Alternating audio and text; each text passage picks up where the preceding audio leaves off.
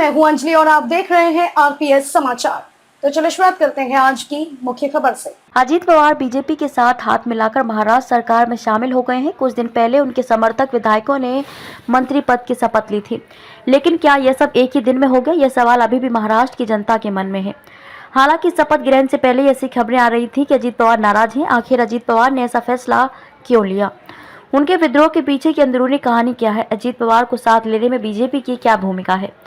इन सब मुद्दों पर एनसीपी सांसद अमोल कोल्हे ने टिप्पणी की है। अमोल कोल्हे ने अपने यूट्यूब चैनल पर इस बारे में एक विस्तृत वीडियो साझा किया है।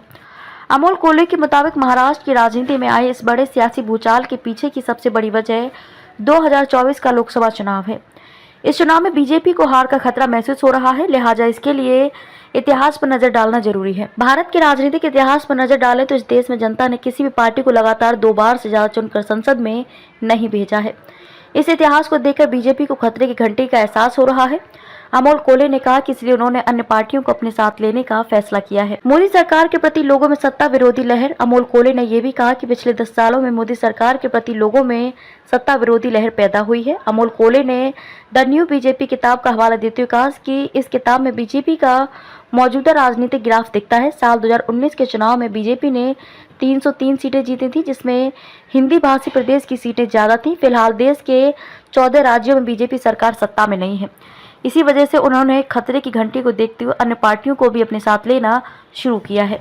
इस पूरे राजनीतिक ग्राफ को देखने के बाद महाराष्ट्र राज्य अहम हो जाता है। यहाँ लोकसभा की 48 सीटें हैं। इसमें बीजेपी दावा कर रही है कि वह महाराष्ट्र में 45 सीटों पर चुनाव लड़ेगी, इसलिए उसने महाविकास अघाड़ी तोड़ दी। अमोल कोल्हे ने कहा कि यह भूचाल पहले शिवसेना और फिर एनसीपी में मचा है।